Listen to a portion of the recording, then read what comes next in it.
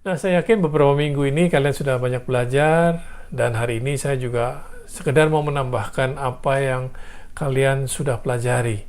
Saya mau share beberapa hal yang menurut saya praktis saja tentang bagaimana kita bisa menang dalam keseharian kita, khususnya di musim pandemik seperti sekarang ini. Karena dalam menghadapi situasi yang tidak menentu seperti sekarang ini, biasanya yang dirasakan kebanyakan orang adalah khawatir dan takut. Saya pun juga demikian, terkadang merasakan hal yang sama, khawatir dan takut. Khawatir atau takut itu biasa sebetulnya. Itu respon alami yang kita rasakan, terutama kalau kita merasa terancam atau diperhadapkan pada sesuatu yang sepertinya lebih besar dari kemampuan kita, atau kita berhadapan dengan sesuatu yang belum kita ketahui kepastiannya, atau sesuatu yang di luar kendali kita. Itu sebabnya kita takut atau khawatir. Takut itu menurut saya ada baiknya, karena membuat kita menjadi lebih waspada, membuat kita mempersiapkan diri kita dengan sebaik mungkin, membuat kita mencari pertolongan atau mencari Tuhan. Jadi kalau kita takut itu biasa. Nah, yang tidak boleh adalah kalau kita membiarkan ketakutan itu terus menguasai pikiran kita, sehingga berubah menjadi ketakutan. Nah, karena ketakutan itu kemudian akan melumpuhkan kita. Seperti yang saya katakan tadi, pembacaan firman Tuhan saya ambil dari surat Rasul Paulus kepada Timotius, dari 2 Timotius 1 ayat yang ke-7. Firman Tuhan mengatakan demikian, sebab Allah memberikan kepada kita bukan roh ketakutan, melainkan roh yang membangkitkan kekuatan, kasih, dan ketertiban. Paulus katakan bahwa Tuhan tidak memberikan roh ketakutan. Nah, saya mau stop di sini dulu nih. Musuh kita adalah roh, ya, dan tempat pertempurannya adalah pikiran kita. Nah, ketakutan yang Paulus katakan di sini bersifat roh, artinya bisa menyerang kapan saja dan menyerang siapa saja. Roh tidak peduli posisi dan jabatan orang tersebut. Kalau kita baca Alkitab, seorang nabi seperti Elia pun bisa dikuasai ketakutan. Dalam 1 Raja-Raja 19, ya, seorang raja seperti Yosafat pun mengalami ketakutan. Kalau kita mau baca dalam 2 Tawarikh pasal yang ke-20, kita bisa dapatkan data-data tersebut. Ya, roh ketakutan ini tidak dapat dihalangi hanya dengan mengunci pintu rumah kita atau mengunci pintu kamar kita. Roh ketakutan ini mempunyai senjata yang sering dilemparkan di pikiran kita. Nama senjatanya adalah argumen atau argumentasi atau reasoning. Saya kasih contoh ya. Dalam Kejadian pasal yang kedua ayatnya 16-17 dikatakan, lalu Tuhan Allah memberi perintah ini kepada manusia. Semua pohon dalam taman ini boleh kau makan buahnya dengan bebas. Tetapi pohon pengetahuan tentang yang baik dan yang jahat itu jangan kau makan buahnya. Sebab pada hari engkau memakannya pastilah engkau mati. Firman Tuhan katakan demikian. Nah, kemudian kita lihat bagaimana si jahat datang dengan argumentasinya. Dia bawa reasoning, dia bawa alasan. Dalam Kejadian pasal yang ketiga, ayat yang pertama dikatakan, adapun ular ialah yang paling cerdik dari segala binatang di darat yang dijadikan oleh Tuhan Allah. Ular itu berkata kepada perempuan itu, tentulah Allah berfirman, semua pohon dalam taman ini jangan kau makan buahnya, bukan? Lihat bagaimana dia mengatakan kalimatnya. Lalu sahut perempuan itu kepada ular itu, buah pohon-pohonan dalam taman ini boleh kami makan. Tetapi tentang buah pohon yang ada di tengah-tengah taman, Allah berfirman, jangan kamu makan ataupun raba buah itu, nanti kamu mati. Tetapi ular itu berkata kepada perempuan itu, sekali-kali kamu tidak akan mati. Tetapi Allah mengetahui bahwa pada waktu kamu memakannya, matamu akan terbuka, dan kamu akan menjadi seperti Allah, tahu tentang yang baik dan yang jahat. Jadi perhatikan, dari awal peradaban manusia, dari kitab Kejadian, kita sudah lihat bahwa iblis sudah pandai sekali menggunakan argumen. Dia lihai menggunakan alasan untuk yang seolah-olah masuk akal kita. Nah, kita harus ingat bahwa dia itu adalah penipu, firman Tuhan katakan. Jadi argumen atau alasan-alasan yang dikemukakan sama sekali tidak benar. Nah, contohnya zaman sekarang mungkin dia berkata, mana ada yang jaga kekudusan sebelum menikah. Kuno itu, semua orang juga sudah melakukannya. Umpamanya dia juga katakan, buat apa kasih persepuluhan? Tuhan pasti ngertilah zaman seperti sekarang ini. Kasih aja sebisanya. Buat diri kita sendiri aja udah susah, buat apa kasih persembahan ke gereja umpamanya, dan lain-lain. Nah, tujuannya adalah supaya kita tidak mentaati Tuhan. Itu tujuannya. Dalam 2 Korintus pasal yang ke-10 ayat yang ke-5 dikatakan, kami mematahkan setiap siasat orang dan merubuhkan setiap kubu yang dibangun oleh keangkuhan manusia untuk menentang pengenalan akan Allah. Kami menawan segala pikiran dan menaklukkannya kepada Kristus. Saya senang dalam terjemahan New King James Version dikatakan seperti ini. Casting down arguments and every high thing that exalts itself against the knowledge of God, bringing every thought into captivity to the obedience of Christ. Jadi jelas ya, senjata mereka namanya argument atau alasan-alasan yang kelihatannya masuk akal tetapi sebetulnya nggak benar. Kalau kita tidak cepat bertindak, maka argumen-argumen ini semakin lama kedengaran semakin meyakinkan buat telinga kita. Nah, jadi semakin sulit buat kita untuk mempercayai firman Tuhan atau kebenaran. Roh ketakutan ini bisa masuk kapan saja, terutama kalau kita lagi lengah, atau bahkan semakin menjadi-jadi kalau kita sendirian. Saya sering melihat Animal Planet ya, acara TV tentang kehidupan binatang. Setiap kali saya temukan bahwa ada kerumunan singa itu suka mengintai binatang yang sedang sendirian, binatang yang keluar dari kawanannya. Karena binatang yang sendirian itu mudah untuk dikalahkan dan menjadi mangsa mereka. Itu sebabnya analogi ini saya pakai karena banyak di antara kalian mungkin yang sedang sendirian, ada di kos-kosan atau jauh dari keluarga karena tidak bisa pulang ke rumah, karena mungkin tinggal di luar kota, keluarga kalian. Jangan sampai kalian terisolasi. Tetaplah terhubung dengan teman-teman iCare atau teman-teman yang bisa membangkitkan iman dan semangat kalian. Ketakutan itu sifatnya personal, sifatnya pribadi. Artinya kita harus menghadapinya sendiri, karena itu adanya di dalam pikiran kita sendiri. Orang lain seperti teman, mentor, motivator, pemimpin, pendeta dapat memberikan support atau masukan, tapi pada akhirnya kita sendiri yang harus menghadapinya. Itu sebabnya seorang raja yang dikawal banyak pasukan tentara seperti Raja Yosafat yang saya sebutkan tadi bisa mengalami ketakutan karena sifatnya pribadi atau personal. Nah, kalau kita kembali kepada pembahasan kita dalam 2 Timotius 1 ayat yang ke-7 tadi, dikatakan Timotius ini, ya latar belakang sedikit, Timotius ini seorang hamba Tuhan yang masih muda, berpotensi. Timotius adalah anak rohani daripada Rasul Paulus. Dia datang dari keluarga orang beriman. Neneknya bernama Lois dan ibunya bernama Eunike. Ya, adalah orang-orang yang dikenal karena iman mereka. Dan Rasul Paulus pun mengakuinya kalau saudara baca dari ayat-ayat sebelumnya. Nah, saya yakin Paulus tidak akan menuliskan tentang ketakutan kalau dia tidak melihat adanya ketakutan dalam hidup Timotius. Apa sih yang sebenarnya terjadi? Nah, saya hanya bisa meraba-raba ya, berdasarkan apa yang saya baca dari surat Rasul Paulus. Bisa jadi ketakutannya karena alasan kesehatan.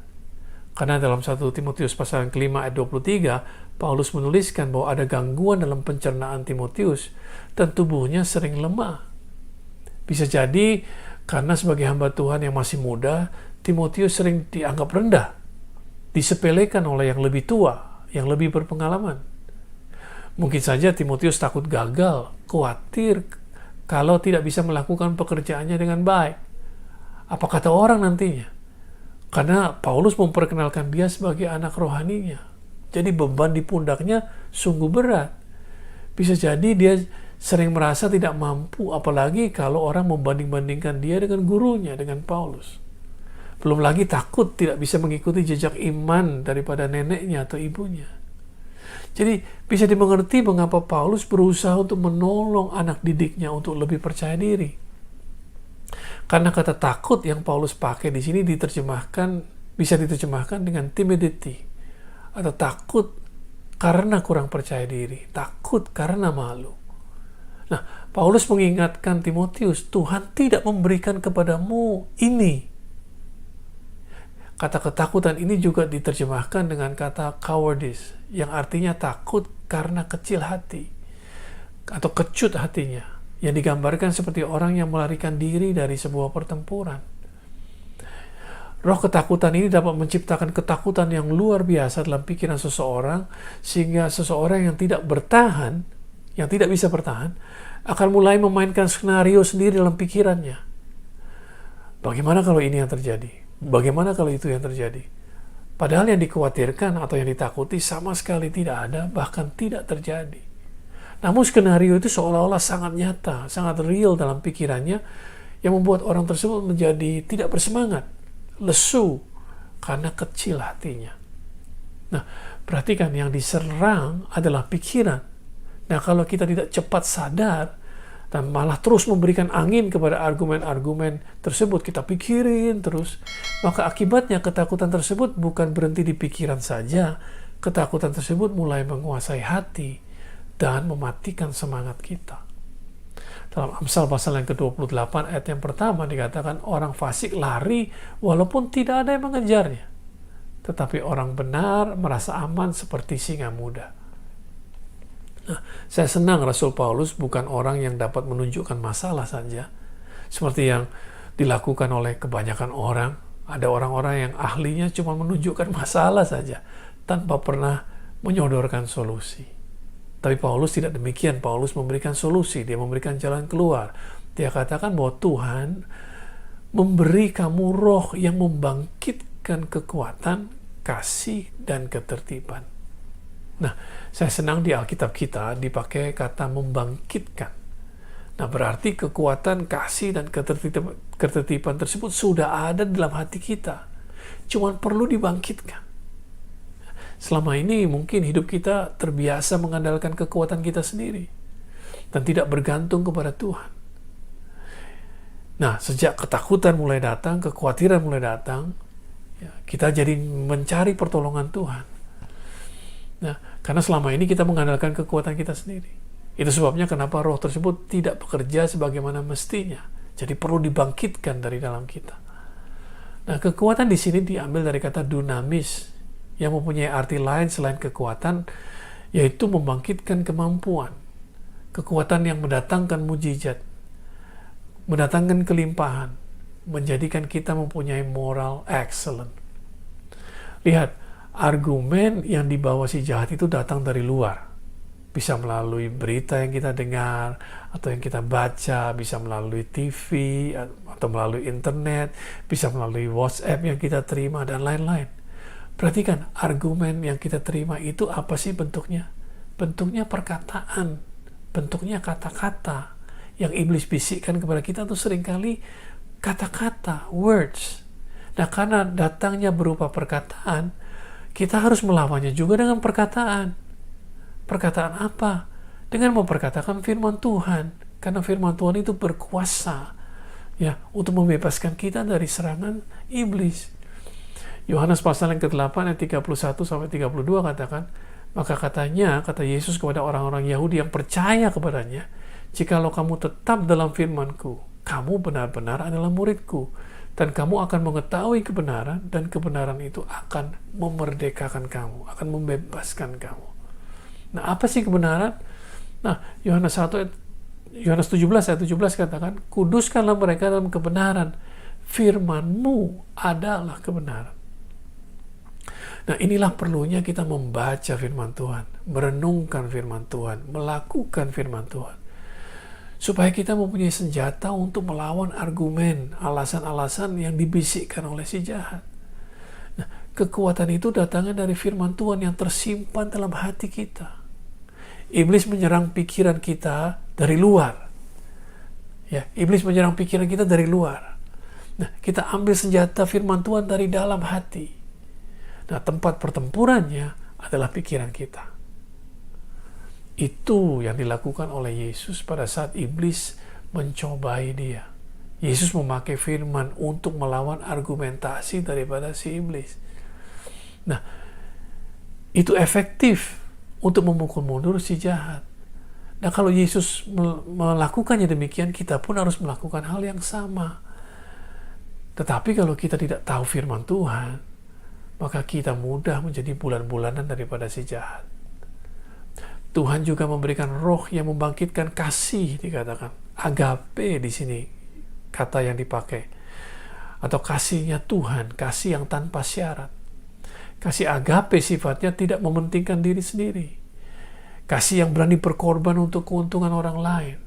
Jadi dengan kata lain, kalau kamu Timotius direndahkan oleh orang, dibanding-bandingkan, disepelekan oleh orang, kamu tidak perlu dendam, kamu nggak perlu marah, kamu nggak perlu benci orang tersebut.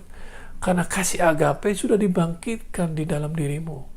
Maka kamu dimampukan untuk menerima, untuk mengampuni mereka. Kamu dimampukan untuk tetap melayani mereka dengan segenap hatimu. Sebab tanpa kasih agape, sulit buat Timotius untuk dapat melakukannya. Tetapi roh tersebut membangkitkan kasih yang agape dari dalam diri kamu. Kasih yang seperti ini juga Tuhan berikan kepada kita sejak kita dilahirkan kembali. Menerima Yesus sebagai Tuhan dan Juru Selamat kita. Sehingga kita juga dapat mengampuni dan mengasihi orang yang bersalah kepada kita. Kasih agape ini juga memampukan kita yang tadinya sibuk memperhatikan diri sendiri, sekarang kita mampu untuk memperhatikan orang lain, bahkan berani berkorban untuk mereka. Seperti Yesus sudah berkorban atau mengorbankan dirinya untuk keselamatan kita semua yang percaya kepadanya. Nah, tidak cukup sampai di situ, Tuhan juga memberikan roh yang membangkitkan ketertiban. Ketakutan itu menimbulkan kekacauan, menimbulkan kekalutan, sedangkan ketertiban mendatangkan damai. Nah, kata ketertiban di sini juga dapat diterjemahkan dengan self-control atau pengendalian diri, disiplin atau sound mind, yang artinya pikiran yang jernih. Perlu diingat ya, bahwa Timotius ini masih muda. Jadi bisa jadi dia tidak terima pada saat dia direndahkan. Darah mudanya ingin membuktikan kemampuannya dan membuktikan pengurapannya. Nah, Paulus ingatkan dia, kamu ini sudah diberi kemampuan untuk bisa mengendalikan diri, untuk berpikir jernih, hidup yang tertib, dan untuk mengembangkan disiplin. Luar biasa, ketakutan yang tadinya ditujukan untuk melumpuhkan Timotius dapat diputar balikkan menjadi satu kebaikan. Amin. Demikian juga ketakutan yang kita hadapi dapat kita putar balikkan dengan kekuatan atau kemampuan yang Tuhan berikan kepada kita menjadi suatu kebaikan. Ya, lihat, iblis menyerang dengan menggunakan satu cara, tetapi Tuhan memberikan kepada kita 3 senjata: kuasa, kasih, dan ketertiban untuk mengalahkannya. Sehingga dalam 2 Timotius 1 ayat ke-7 dalam terjemahan Amplified Bible dikatakan seperti ini bagus banget. Dikatakan, for God did not give us a spirit of timidity or cowardice or fear, but He has given us a spirit of power and of love and of a sound judgment and personal discipline, abilities that result in a calm, well-balanced mind and self-control. Amin. Luar biasa banget. Saya berharap kalian belajar sesuatu hari ini. Dan ada satu bagian lagi yang saya mau bagikan kepada kalian semua, yaitu dari surat Paulus kepada jemaat di Filipi, pasal yang keempat ayat yang ke-6 sampai ke-8. Dikatakan demikian ayat yang ke-6, janganlah hendaknya kamu khawatir tentang apapun juga, tetapi nyatakanlah dalam segala hal keinginanmu kepada Allah dalam doa dan permohonan dengan ucapan syukur. Sekali lagi saya senang dengan Paulus ini, dia bukan cuma bilang jangan khawatir, namun dia berikan jalan keluarnya. Perhatikan, Paulus tidak mengatakan janganlah hendaknya kamu khawatir tentang apapun juga, tetapi nyatakanlah kekhawatiranmu kepada Allah dalam doa. Dia tidak ngomong demikian, tetapi dia katakan nyatakanlah dalam segala hal keinginanmu kepada Allah dalam doa dan permohonan dengan ucapan syukur. Jadi kita tidak perlu membesar-besarkan kekhawatiran kita, apalagi di hadapan Tuhan dalam doa kita. Ya, kalau Anda bertanya, bagaimana dong dengan kekhawatiran kita? Well, 1 Petrus 5 ayat yang ke-7 katakan, serahkanlah segala kekhawatiranmu kepadanya, kepada Tuhan, sebab Ia yang memelihara kamu. Ya, serahkan saja. Dalam bahasa aslinya lebih tepat dikatakan buang kekhawatiranmu. Buang kekhawatiranmu. Itu sebabnya dalam Amplified Bible, dalam bahasa Inggris, ayat yang sama dikatakan seperti ini. Casting all your cares, all your anxieties, all your worries, and all your concern, once and for all, on Him, for He cares for you with deep affection and watches over you very carefully. Nah, buang itu cukup satu kali saja. Kalau kita buang, ya sudah, it's gone. Hilang dia. Jangan ini yang terjadi, jangan dibuang. Terus kemudian kita datang ke tong sampah, kita ambil lagi. Terus kita buang lagi, kita ambil lagi. Kan nggak demikian. Buangnya sekali. Buang begitu saja. Tetapi itu yang sering kali terjadi dalam doa kita, bukan? Saya pun juga demikian sampai saya baca firman Tuhan ini. Jadi buang cuma sekali. Jadi ini yang seharusnya kita katakan pada saat kita menyerahkan kekhawatiran kita kepada Tuhan. Tuhan, ini loh kekhawatiran saya. Sebutkan, boleh sebutkan. Saya serahkan ini kepadamu. Sebab Engkau lah yang memelihara aku. Itu. Dan yang Paulus katakan adalah kemudian, nyatakanlah segala keinginanmu kepada Allah dalam doa dan permohonan dengan ucapan syukur. What do you want? Kita saking seringnya memperkatakan dan memperbesar kekhawatiran kita dalam doa kepada Tuhan sampai kita tidak sempat memberitahukan kepada Tuhan apa yang kita mau. Apa yang kita mau lihat. Kitab Kejadian pasal 1 ayat yang pertama sampai ketiga katakan, pada mulanya Allah menciptakan langit dan bumi. Bumi belum berbentuk dan kosong, gelap gulita menutupi samudera raya. Dan roh Allah melayang-layang di atas permukaan air. Lalu berfirmanlah Allah, jadilah terang. Lalu terang itu jadi. Tuhan tidak memperbesar gelap gulita yang menutupi samudera raya atau kekosongan. Dia nggak bilang, waduh kosong banget ya. Waduh gelap banget ya. Dia nggak bilang demikian. Tetapi dia katakan apa yang dia mau lihat. Jadilah terang. Maka terang itu jadi. Jadi ini yang harus kita katakan. Nyatakan apa yang kamu inginkan. Ya. Karena kita ini diciptakan serupa dan segambar dengan Tuhan. Hidup dan mati kita dikuasai oleh lidah. Ada kuasa dalam perkataan kita. Saya sering katakan, your word creates your world. Nah, kalau kita memperkatakan kekhawatiran kita, maka gambar yang muncul di pikiran kita adalah gambar yang negatif. Karena yang kita ungkapkan adalah kekhawatiran kita. Nah, kalau yang muncul di pikiran kita adalah gambar yang negatif, bagaimana kita bisa mengucap syukur? Tapi kalau yang kita nyatakan adalah keinginan kita dalam doa, maka gambar yang muncul dalam pikiran kita adalah gambar yang kita inginkan. Dan ini akan membuat kita sanggup untuk mengucap syukur. Nah, setelah kita nyatakan apa yang kita inginkan kepada Tuhan dan disertai pengucapan syukur, maka Paulus katakan dalam ayat yang ke-7, damai sejahtera Allah yang melampaui segala akal akan memelihara hati dan pikiranmu dalam Kristus Yesus. Damai sejahtera yang datang setelah kita bersyukur. Damai sejahtera tersebut datang setelah kita bersyukur. Bukan sembarangan damai sejahtera. Tetapi yang disebutkan di sinilah damai sejahtera Allah yang mempunyai sifat, yaitu melampaui segala akal. Itu yang akan muncul kemudian untuk memelihara hati dan pikiran kita dalam Kristus Yesus. Damai sejahtera Allah ini berbeda dengan damai sejahtera yang dunia berikan. Sebab ingat, dunia ini juga bisa memberikan damai sejahtera, namun tidak sama dengan damai sejahtera yang Tuhan berikan. Dalam Yohanes pasal yang ke-14 ayat yang ke-27, Yesus katakan demikian, damai sejahtera ku tinggalkan bagimu. Damai sejahtera ku berikan kepadamu. Dan apa yang ku berikan tidak seperti yang diberikan oleh dunia kepadamu. Janganlah gelisah dan gentar hatimu. Damai sejahtera yang Yesus berikan adalah damai sejahtera buatan surga. Damai sejahtera yang seperti dialami Yesus pada saat dia ada di kapal bersama dengan murid-muridnya. Dia tetap dapat tidur meskipun kapalnya diterjang badai. Ya, damai sejahtera yang seperti ini yang membuat murid-muridnya bingung, kok bisa? Gurunya tidur pulas lagi, kapal mereka diombang-ambingkan ombak. Damai sejahtera yang seperti ini yang kita butuhkan sekarang ini, bukan? Supaya tidur kita berkualitas, kita tetap bisa tidur di musim pandemik ini dengan pulas.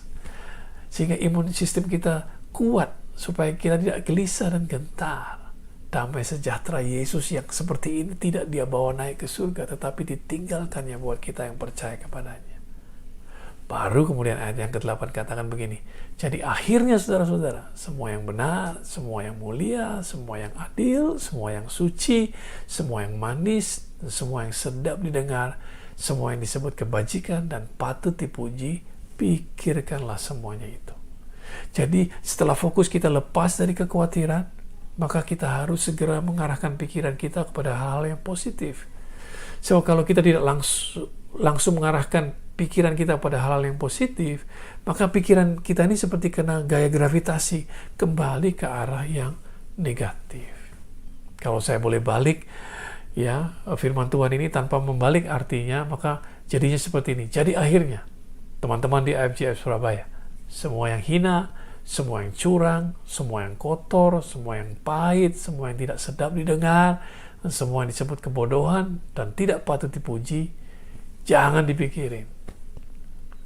Well, semoga sharing saya ini bermanfaat dan membawa kalian menang dalam menghadapi keseharian kalian di saat-saat yang tidak menentu seperti sekarang ini. Nasihat saya adalah rajin-rajinlah membaca firman Tuhan, perkatakan firman tersebut, bagikan kasih yang agape kepada orang-orang yang lain, kembangkanlah pikiran yang jernih, hidup yang disiplin, buanglah kekhawatiranmu kepada Tuhan, dan jangan lupa nyatakan keinginanmu dalam doa yang disertai dengan ucapan syukur, supaya damai sejahtera Allah yang melampaui akal pikiran itu memelihara hati dan pikiranmu dalam Kristus Yesus. Dan akhirnya kemudian jangan lupa arahkan pikiranmu kepada hal-hal yang baik, pada hal-hal yang positif, dan yang berkenan kepada Tuhan. Amin. Amin. Nah, sebelum saya serahkan kembali kepada Pastor Raymond, saya ingin berdoa buat kalian semua. Mari kita berdoa bersama-sama. Tuhan Bapa di surga, terima kasih untuk firman-Mu yang luar biasa.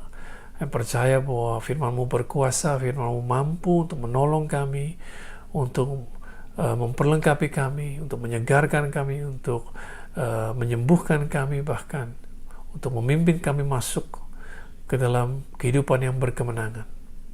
Aku berdoa untuk teman-teman yang ada di IFGF Surabaya supaya mereka dalam menghadapi ketidakpastian ini, mereka teguh, iman mereka kuat, iman mereka mengalahkan situasi mereka. Aku berdoa supaya Tuhan bangkitkan kuasa, kasih, dan ketertiban dari dalam diri mereka. Aku berdoa supaya hati dan pikiran mereka dipelihara oleh damai sejahtera Allah yang membuat mereka tidak gentar, yang membuat mereka tidak khawatir.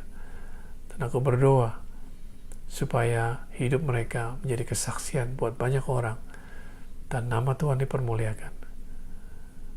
Namamu ditinggikan atas kehidupan mereka semua. Dalam nama Tuhan Yesus aku berdoa dan mengucap syukur, dan semua yang percaya katakan amin. Amin. Terima kasih untuk mendengarkan saya. Tuhan memberkati kalian semua. Stay safe, stay home, stay healthy.